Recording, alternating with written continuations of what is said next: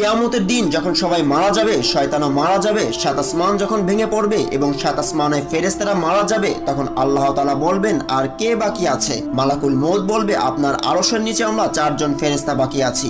আল্লাহ হুকুম দিবেন জিবরাইল ও মিকাইলের জান কবজ করো। আল্লাহর আরশ তখন সুপারিশ করবে জিবরাইল ও মিকাইলকে বাঁচিয়ে নিন।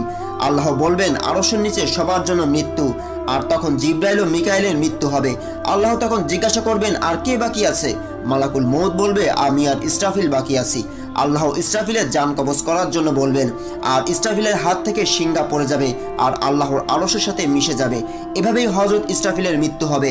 তখন আল্লাহ আবার জিজ্ঞাসা করবেন এখন কে বাকি আছে? হযরত আজরাইল আলাইহিস সালাম বলবে শুধু আমি বাকি আছি। আল্লাহ বলবেন তুমিও আমার সৃষ্টি, তোমাকেও মরতে হবে, তোমার জান তুমি নিজেই কবজ করো। তখন হযরত আজরাইল আলাইহিস সালাম এমন এক চিৎকার দিয়ে নিজের জান কবজ করবে যে চিৎকারের আওয়াজ মানুষ কিয়ামতের সময়ও শুনবে না।